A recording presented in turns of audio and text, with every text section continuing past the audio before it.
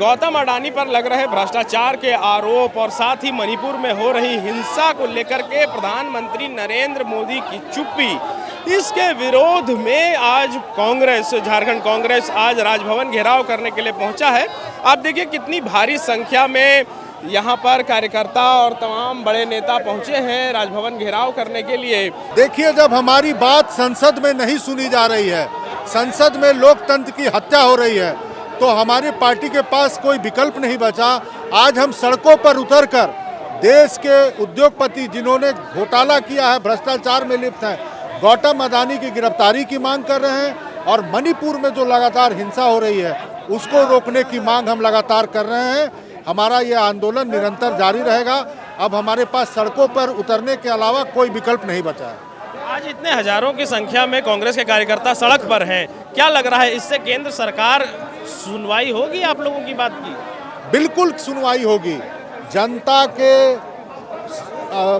जनता के आंदोलन के सामने कोई भी सरकार डेमोक्रेसी में नहीं चल सकती और जब जनता एकजुट हो जाएगा, पूरा देश एकजुट हो जाएगा, तो हमारी मांग माननी पड़ेगी। गौतम अडानी जी को गिरफ्तार करना पड़ेगा और उनसे पूछताछ करनी पड़ेगी। पूरे देश में जो आज कांग्रेस का ये प्रदर्शन है और हमारे राज्य में स्पेशली गौतम अडानी के खिलाफ, जो कि अमेरिका में उन पर आरोप सिद्ध हुआ है कि उन्होंने बहुत ज़्यादा बड़ा घोटाला किया है, 25,000 करोड़ रुपए वहाँ से इन्वेस्ट करके उठाए और 2200 करोड़ रुपए इंडिया में घूस दिया उन्होंने यहाँ के नेताओं को, यहाँ के पदाधिकारियों को, और फिर 2 साल तक जांच चली अमेरिका में। उसके बाद भी यहाँ की सरकार, जो मोदी सरकार है, वो बिल्कुल चुप्पी साधे हुए है, उसको शरण दे रही है। उसी को जांच करके उसको कार्रवाई उनके ऊपर हो, इसके लिए हम लोग यहाँ पर प्रदर्शन करने आए हुए। क्या लग रहा है इतने सैकड़ों की, हजारों की संख्या में आप लोग आज राजभवन घेराव करने पहुंचे हैं, क्या लग रहा है इससे मोदी सरकार की चुप्पी खत्म होगी? बिल्कुल निश्चित तौर पर उनकी चुप्पी खत्म होगी और नहीं अगर होगी तो इस तरह से सैकड़ों प्रदर्शन होते रहेंगे और उनको हर हाल में जो है अपने चुप्पी को तोड़ना पड़ेगा और बोलना पड़ेगा।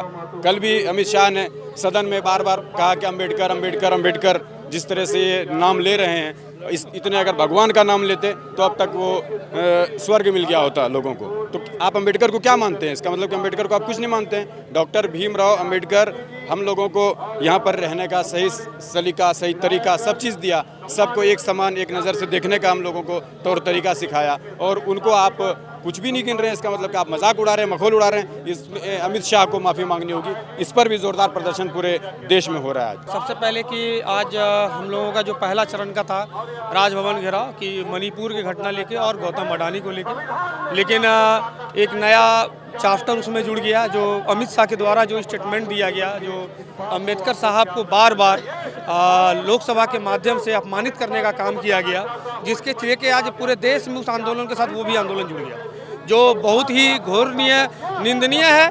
कम से कम देश के गृह मंत्री को ऐसे शब्द का प्रयोग नहीं करना चाहिए जो गैर संवैधानिक, जो गरीब, पिछड़ों, दलितों को आवाज़ बने, जो जिस संविधान से हमारा देश चल रहा है, जिस संविधान को पूरा विश्व मान रहा है, उस संविधान के जो हमारे दाता हैं उसके ऊपर टिप्पणी करना ये बहुत गलत है। डॉक्टर एवं इंजीनियर बनकर भरे सफलता की ऊंची उड़ान, जहां साधारण छात्र भी झारखंड टॉपर्स बनकर बना रहे इतिहास। दूरदर्शी शिक्षाविद श्री विपिन सिंह के मार्गदर्शन में मेडिकल एवं इंजीनियरिंग के लाखों छात्रों के लिए आशा की किरण के रूप में गोल, नेशंस लीडिंग इंस्टीट्यूट। TheFollowUp.in.